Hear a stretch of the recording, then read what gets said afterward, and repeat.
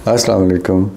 बहुत अच्छे दोस्तों और बहुत प्यारे बच्चों, आज इलेक्शन का तीसरा दिन, इलेक्शन की शाम को मैंने एक शॉर्ट रील डाली थी जो देखते हुए उसको देखते हुए बहुत से बच्चों ने मुझे पूछना शुरू कर दिया कि जी आप बताएं, इतना कुछ हो गया तो अब आगे क्या होगा। देखिए, मैं नजुमी नहीं हूँ, आगे क्या होगा it was not a prediction at all.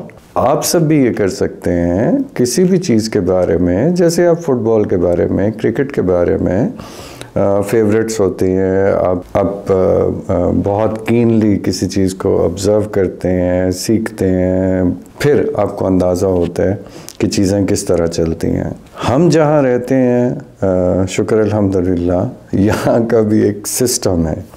उस सिस्टम को ऑब्ज़र्व करते हुए मुझे सालों गुजर गए हैं। देखें, हर बंदा एक्सपेक्ट कर रहा था कि PMLN नवाज शरीफ वापस आया। मैं भी ये एक्सपेक्ट कर रहा था कि ऑल द वे आपने उन्हें बुलाया है एक ख़ास पर्पस के लिए।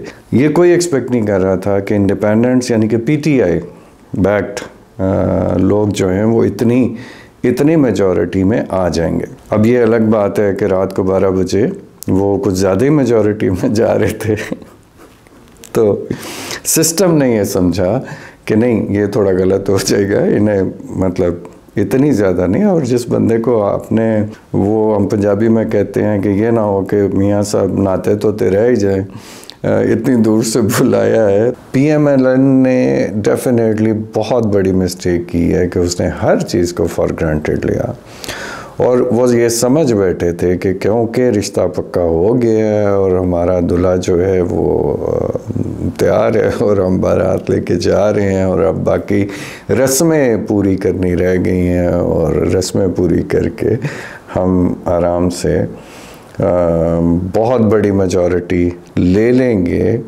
और फिर गवर्नमेंट बनाएंगे और आराम से हुकूमत करेंगे। लेकिन ऐसा नहीं हुआ। अब अगेन आप चाहते ये हैं कि आगे की सूरत हाल क्या होगी। देखें, आइडियली तो इस वक्त वो तो हुआ नहीं जो लोग सोच रहे थे, जो PMLN सोच रही थी। हुआ वो है जो आई थिंक कोई भी नहीं सोच रहा था। ऑनेस्टली बताऊं आपको, आज मैं आपको इस्टेब्लिशमेंट की और पॉलिटिक्स की या पॉलिटिशियंस की एक बहुत खूबसूरत मिसाल देता हूँ, आपको समझ आ जाएगी। जो मैं पहले भी कहता था कि पॉलिटिशियन या इस्टेब्लिशमेंट की इन्वॉल्वमेंट इनवाइट करता कौन है? पॉलिटिशियन करते हैं ना। तो अब कितना ऑब्वियस है और कितना सामने और आसानी से नज़र आने वाली बात है कि PMLN की लीडरशिप कितने आराम से वापस भी आई, इलेक्शन भी लड़ा, इलेक्शन को फॉर ग्रांटेड लिया। उनकी बहुत बड़ी पॉलिटिकली बहुत बड़ी मिस्टेक है। और उसके बाद कितने आराम से आपको ये बात समझ आ जानी चाहिए कि इस्टेब्लिशमेंट को किसने इनवाइट किया इस सारे प्रोसेस में। अगर वो इतना कॉन्फिडेंट थे और अगर वो इतना फॉर ग्रांटेड लेके बैठे हुए थे कि हमें बड़ी अच्छी मेजॉरिटी मिलेगी और हम बड़े आराम से गवर्नमेंट बना लेंगे, तो किसकी बेस पे? मतलब आने वाले वक्त का तो किसी को पता नहीं, और इतना प्रेडिक्टेबल तो इलेक्शन तो कम से कम नहीं होता। तो फिर वो उन्हें अंडरस्टैंडिंग, वो कॉन्फिडेंस कहाँ से मिला था, जिसको सारे बाद में ब्लेम करते हैं इस्टेब्लिशमेंट। अरे भाई, जाते क्यों हो उनके पास? इस्टेब्लिशमेंट के उंगली पकड़ के बगैर तो आप एक कदम नहीं लेते और उसके बाद सॉरी टू से ब्लेम भी उसे करते हैं। ये समझते हैं कि आगे क्या होने वाला है, तो आगे कुछ इतना हैरान कुन नहीं होने वाला। ये सारी पार्टीज़ जो आपस में मिलेंगी एक टूटी फूटी गवर्नमेंट बनाएंगी, क्योंकि हमें इस वक्त एक स्टेबल गवर्नमेंट की ज़रूरत है। तो बाय डिफ़ॉल्ट या बाय नेचर या बाय डिज़ाइन वो स्टेबल तो नहीं हो सकती। लेकिन हमें इस वक्त देखें, बहुत आसान सी बात है समझने वाली कि PTI गवर्नमेंट में नहीं आ सकती। अब जो मेरे यंग स्टूडेंट्स हैं, या ज़ाहिर स्टूडेंट्स ज़्यादातर यंग ही हैं, उन्हें PTI के बारे में सुन के बड़ा धचका लगता है या बड़ी परेशान हो जाते हैं। अब आपका लीडर जो आपको कहता था ना कि घबराना नहीं है, तो आज मैं आपके लीडर को ये पैगाम देना चाहता हूँ कि आपने घबराना नहीं है। ये बहुत बड़ी सपोर्ट पब्लिक ने, यूथ ने आपको दी है। और किस तरह दी है, ये हर घर की कहानी है कि बेगम साहिबा पीटीआई की हैं, मम्मी जान पीटीआई की हैं, बहनें पीटीआई की हैं, और बंदों को पकड़ पकड़ के लेके जा रहे हैं। और मज़े की बात बताऊं, अब्बू कहते हैं कि जी चलो वोट देने चलते हैं, और सब कहते हैं अच्छा जी हम फ़लाँ पार्टी को देंगे, फ़लाँ पार्टी को, तो अंदर जाके पीटीआई को वोट दे के आ जाते हैं। इतनी ह्यूज सपोर्ट पब्लिक की आपको मिल रही है। अब आपने घबराना नहीं है खान साहब, अब आपने पॉलिटिशियन बनना है। अब आपने वो नहीं करना जिस तरह आप करते आए हैं, आप लोगों की बातों में आते आए हैं, डिसीजन मेकिंग, ठीक है, मैं आपको बचपन से जानता हूँ और मैं आपको काफ़ी ऑब्ज़र्व कर चुका हूँ। आप जो कहते हैं आप उसी तरह, लेकिन देखें ना, हर फील्ड के कुछ रूल्स होते हैं। जैसे क्रिकेट में आप अंपायर से नहीं लड़ सकते, जैसे फुटबॉल में आपको रेफरी की बात माननी पड़ती है। आपको पता है कि इस लाइन से मैं आगे जाऊंगा तो नो बॉल होएगी, वहाँ अपनी मर्जी नहीं कर सकते कि नहीं मेरा दिल करेगा तो मैं नो बॉल कराऊंगा, मेरा दिल नहीं करेगा तो नो बॉल नहीं कराऊंगा। आपको उस सिस्टम को समझना पड़ता है। तो पॉलिटिक्स का भी एक सिस्टम है। तो आप जब पार्टी बना लिया आपने, आप जब गवर्नमेंट में आ भी गए, तो आपको पॉलिटिक्स के डायनामिक्स को समझ लेना। मैं नहीं कहता कि आपको पॉलिटिक्स के आपने केपीके में बड़ा अच्छा, बहुत अच्छा एक मेरा हाल है 5 साल या 4 साल जो भी था, गवर्नमेंट के डायनामिक्स को समझा और चलाया, और आप उसके रिज़ल्ट देख लें। आप आज उसके रिज़ल्ट देखें कि पूरा केपीके जो कभी किसी को दोबारा इलेक्ट नहीं करता था, बड़े आराम से उसने दूसरी दफ़ा भी इलेक्ट किया, तीसरी दफ़ा भी इलेक्ट किया, और ऐसा इलेक्ट किया। तो आपको उसी मॉडल पे पाकिस्तान ज़ाहिर है, सेंट्रल गवर्नमेंट एक बहुत डिफरेंट चीज़ है, प्रोविंशियल गवर्नमेंट एक बहुत डिफरेंट चीज़ है। लेकिन मैं वापस अपनी बात पे आता हूँ कि अब आपको घबराना नहीं है। आपको, आप जहाँ हैं, आप जेल में हैं, आपको बहुत तहम्मुल से, बहुत समझदारी, बहुत इत्मीनान, बहुत तसल्ली से इस सिस्टम को ऑब्ज़र्व करना है, ये जो अभी कुछ हो रहा है। और अगर मैं आपको मशवरा दे सकता तो मैं ये कहता कि आप गवर्नमेंट, आप डेफिनेटली, आप जो बयान आ रहे हैं कि हम गवर्नमेंट बनाएंगे, ऐसा करेंगे, वैसा करेंगे, ये तो होना आपको भी पता नहीं है, मुझे भी पता नहीं है। आप बड़े आराम से बैठ के अपोजिशन करें और एक स्ट्रॉन्ग अपोजिशन लेके आएँ। अब इस अपोजिशन को लाने में आप ऐलान नहीं कर सकते अभी। क्यों? क्योंकि इंडिपेंडेंट्स फ़ौरन आपको छोड़ के चले जाएंगे जिस दिन आप अपोजिशन का नाम लेंगे। क्यों? क्योंकि उन्हें तो ज़ाहिर है गवर्नमेंट चाहिए, उन्हें तो ज़ाहिर है एक बंदा एकदम बैठे बिठाया मैंने बन जाएगा, तो वो चाहेगा कि वो दूसरी दफ़ा भी बने। तो उसके लिए उसे फंड्स भी चाहिए, उसके लिए उसे गवर्नमेंट में हिस्सा भी चाहिए, उसके लिए उसे अपने हल्के में डेवलपमेंट के काम भी चाहिए। तो ये अच्छी बात नहीं होएगी, आपको आखिरी वक्त तक वेट करना चाहिए। लेकिन मैं अगर आपकी एज ए लीडर बात करूं तो आपको इस वक्त बहुत सूट करता है कि आप जेल में ही रहें।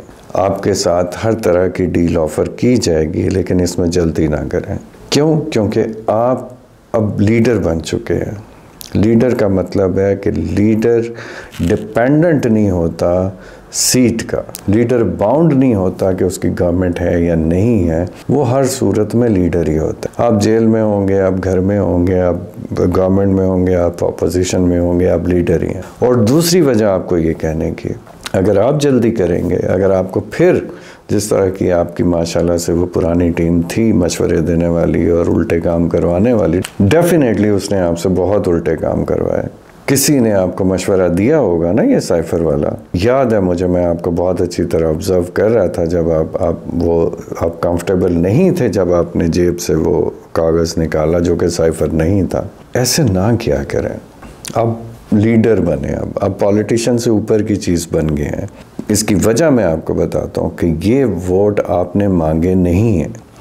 इस दफ़ा आपको पब्लिक ने, ख़वातीन ने, यूथ ने, फैमिलीज़ ने, बहुत से लोगों ने आपकी तरफ उम्मीद लगा के इन कंडीशंस में हमने, कम से कम मैंने और हम सब ने पाकिस्तान में कभी नहीं देखा कि इस तरह लोगों ने रिएक्ट किया हो और इस तरह लोगों ने आपको सपोर्ट, अपनी सपोर्ट रजिस्टर की हो। ये देखें, अब आप लोगों के मकरूज़ हैं। 2018 से लेके अभी पिछले साल तक आप भी इस्टेब्लिशमेंट के मकरूज़ थे और आपको भी इतना सोच के मज़ा नहीं आता होगा कि पता नहीं मुझे वाकई पब्लिक ने इतना सपोर्ट किया है या ज़ाहिर है मुझे इस्टेब्लिशमेंट ने इतना सपोर्ट किया है तो मैं प्राइम मिनिस्टर बनाऊँ। इस वक्त आप प्राइम मिनिस्टर नहीं हैं, लेकिन सच पूछें तो सपोर्ट तो दिल से लोगों ने इस दफ़ा आपको किया है, पहले भी किया था। लेकिन आप ज़ाती तौर पे, मैं आपकी जगह हूँ तो मैं ज़ाती तौर पे बस यही सोचता रहूँ कि यार इस्टेब्लिशमेंट की सपोर्ट ना होती तो मतलब लोग भी क्या ही कर लेते। लेकिन आज इलेक्शन कमीशन को, हर इलेक्टोरल प्रोसेस के पूरे सिस्टम को बेबस किसने किया?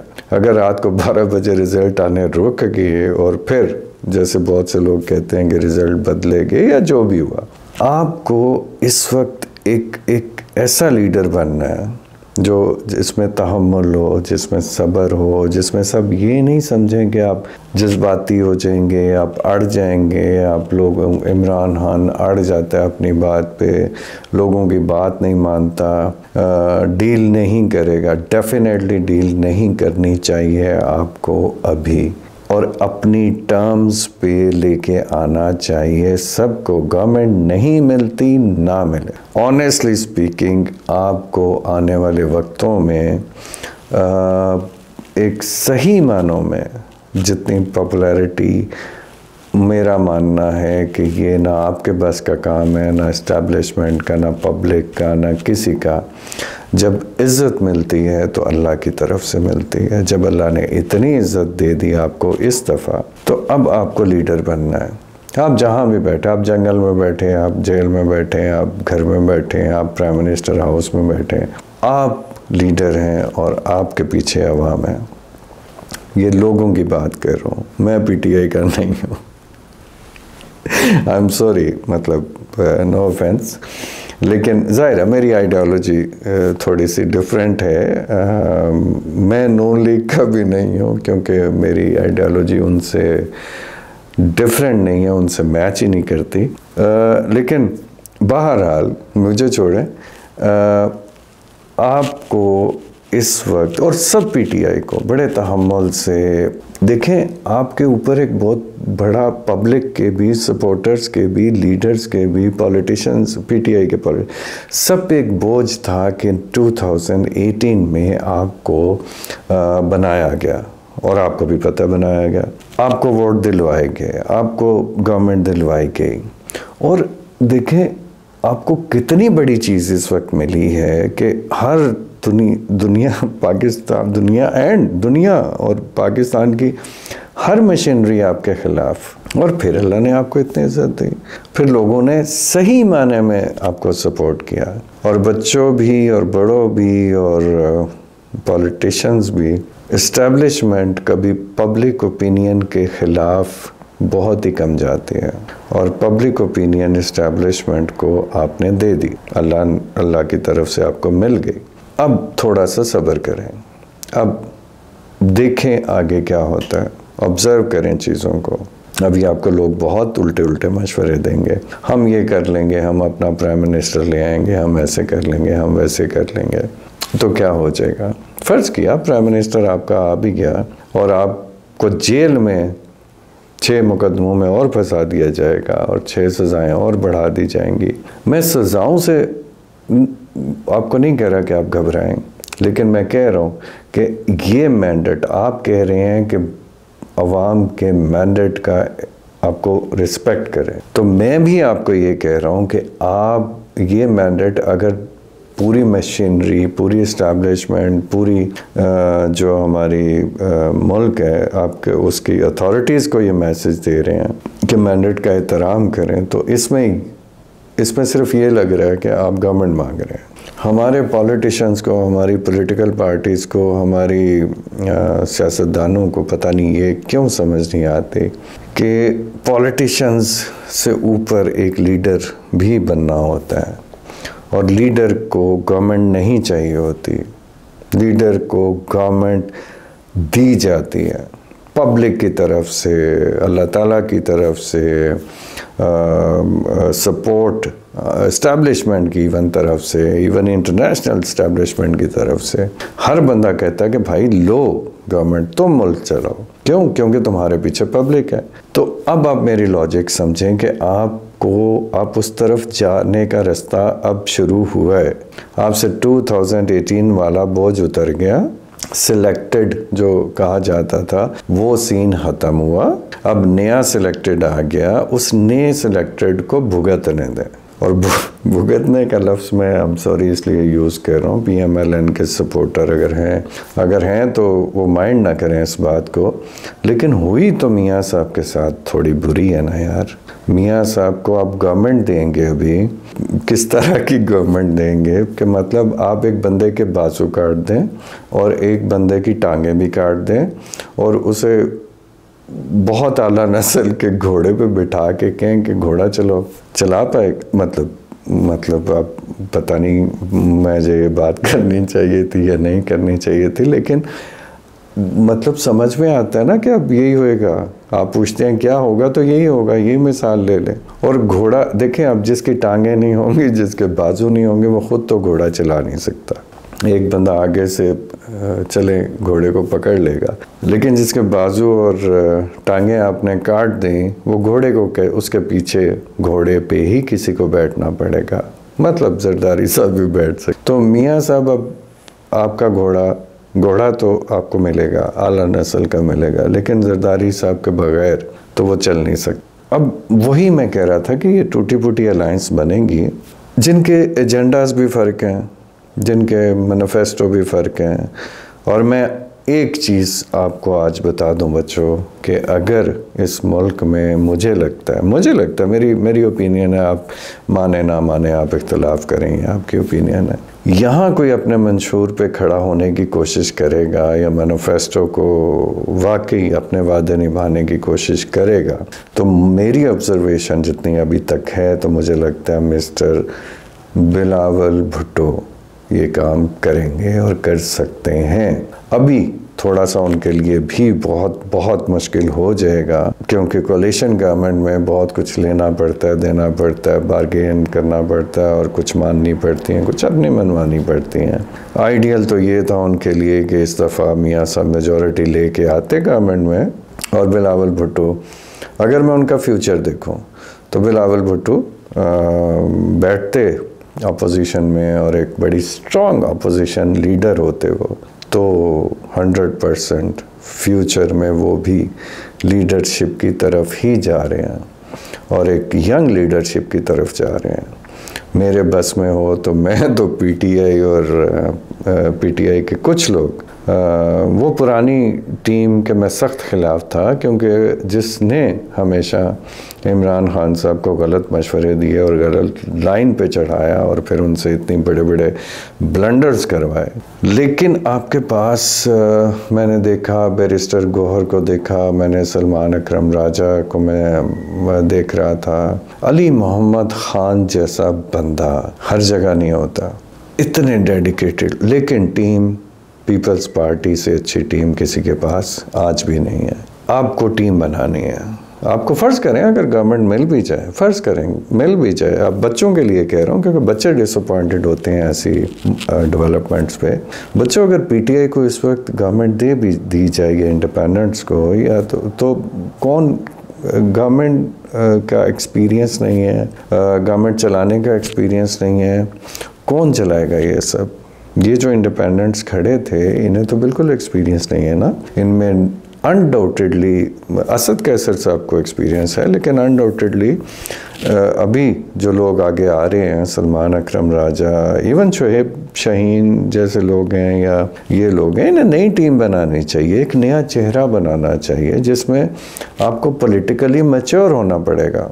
हमें इस वक्त देखना है कि हमें पाकिस्तान को इन चैलेंजेस से कैसे फ्यूचर में निकालना है, और वो लोग आप हैं बच्चों जो फ्यूचर में ये सब कर सकते हैं। आपको परेशान नहीं होना, आपको आगे देखना है, आपको ये समझना है कि अगर इस सिस्टम में अब आप इन्वॉल्व हो गए हैं, जो कि एक वक्त में 2008 एंड 13 और ये सब पूरी पाकिस्तान और हम सब समझते थे कि अब तो यंग बच्चा या आने वाला बच्चा या जो जनरेशन्स हैं वो पॉलिटिक्स में बिल्कुल इर्रेलेवेंट हैं, वो समझती नहीं है कि हमें इस तरफ आने चाहिए। लेकिन अब माशाल्लाह बिलावल भुट्टो एंड इमरान खान, मैं इन दोनों को क्रेडिट दूंगा जिन्होंने ग्रेजुअली यूथ को वापस इस पूरे सिस्टम में लेके आए हैं और बड़ी खूबसूरती से लेके आए हैं। और अब इन दोनों की जिम्मेदारी बनती है कि इस यूथ के फ्यूचर को प्रोटेक्ट करें। ये जो अभी हो रहा है होने दें, क्या कर लेंगे, गवर्नमेंट चलानी है चलाएं, शौक से चलाएं, कब तक चलाएंगे, तभी तक चलाएंगे जब तक जरदारी साहब चाहते हैं। मतलब जब तक हालात उनका साथ देते हैं, उसके बाद गवर्नमेंट बदलती रहती है। गवर्नमेंट हमारे यहाँ तो 5 साल का भी रिवाज नहीं है, एनी टाइम।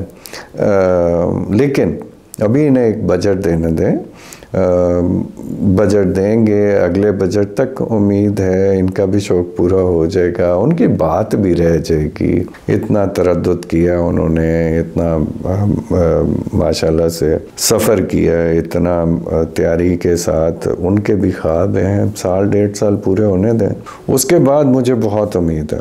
आप पूछते हैं कि क्या होगा, तो जो मुझे लगता है, बताता नहीं हूँ, जो मुझे लगता है कि ये 1.5 साल चलने दें और इन्हें जरदारी साहब से निपटने दें। निपटने का मतलब ये है कि जरदारी साहब संभाल लेंगे सिचुएशन को, इनको संभाल लेंगे और सिचुएशन को भी संभाल लेंगे, क्योंकि देखें इकोनॉमिकली, फाइनेंशियली जो हमारे चैलेंजेस हैं उसमें एक बहुत मैच्योर टीम की इस वक्त ज़रूरत है, और दोनों तीनों पार्टीज़ मिल के इन्हें कोशिश करने दें कि इस सारे उर्दू में कहते हैं भंवर, और इतने बड़े चैलेंज से हम निकल सकें किसी तरह। किसी को भी, स्पेशली यंग लोगों को डिसअपॉइंट होने की ज़रूरत नहीं है। अभी तो आपका टाइम शुरू हुआ है, अभी तो पार्टी शुरू हुई है, अभी तो आपने एक्सप्रेस किया अपने आप को, अपनी एग्जिस्टेंस को प्रूव किया है।